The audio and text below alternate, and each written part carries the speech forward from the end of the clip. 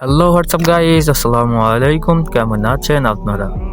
তোমরা যারা আমার মতো ফ্রি ফায়ার থেকে ব্লাড স্ট্রাইক গেমে শিফট হয়েছে তাদের জন্য নিয়ে চলে আসলাম ব্লাড স্ট্রাইক গেমের স্ট্রাইকার অর্থাৎ ক্যারেক্টারগুলির অ্যাবিলিটি রিভিল করব।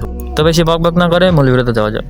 সো ফার্স্টে যে স্ট্রাইকারটি চলে আসে সেটি হলো ইথান ক্যারেক্টার বা স্ট্রাইকার।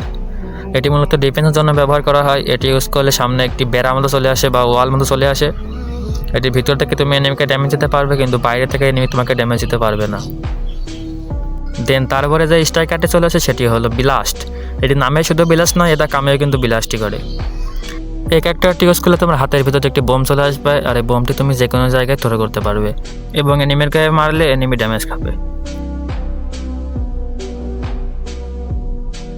দেন তারপরে যে ক্যারেক্টারটি চলে আসে সেটি হলো EMT। এটি আমার ফেভারিট ক্যারেক্টার, কারণ এটি একসঙ্গে দুইটি কাজ করতে পারে। এই ক্যারেক্টারটি ইউজ করলে তোমার মাথার উপর একটি ড্রোন আসবে এবং ড্রোন এসে চারিদিকে একটা গোলাকার আবদ্ধ সৃষ্টি করবে। ভেতরে তুমি থাকলে তোমার বাইরে থেকে অন্য এনিমি ড্যামেজ দিতে পারবে না, প্লাস তুমি ভিতর থেকে হিল হতে থাকবা। তারপরে যে ক্যারেক্টারটি চলে আসে সেটি হলো ইম্মা ক্যারেক্টার। এটি তোমাকে কোনো সাহায্য করবে না, কিন্তু তোমার টিমমেটকে অনেক সাহায্য করবে। এই ক্যারেক্টার ইউজ করলে তোমার হাতের উপরে একটি মৌমাছি চলে আসবে, এই মৌমাছিটি গিয়ে তোমার টিমমেটকে সাহায্য করবে বা হিল করবে এক কথায়। দেন তারপরে যে ক্যারেক্টারটি চলে আসে সেটি হলো জাং।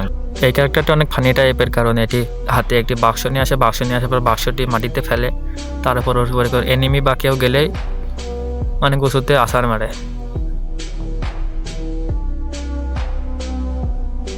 তারপরে যে ক্যারেক্টারটি আসে সেটি হলো জেড।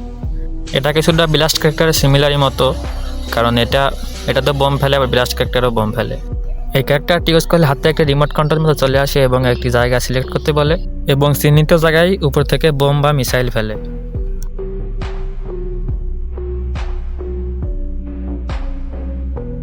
তো আজকের ভিডিওটা এই পর্যন্তই ছিল।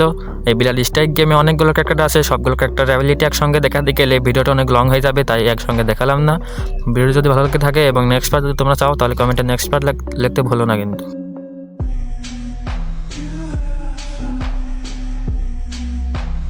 এবং চ্যানেলটি নতুন খুলেছি, তো সবাই একটু সাপোর্ট করবে প্লিজ।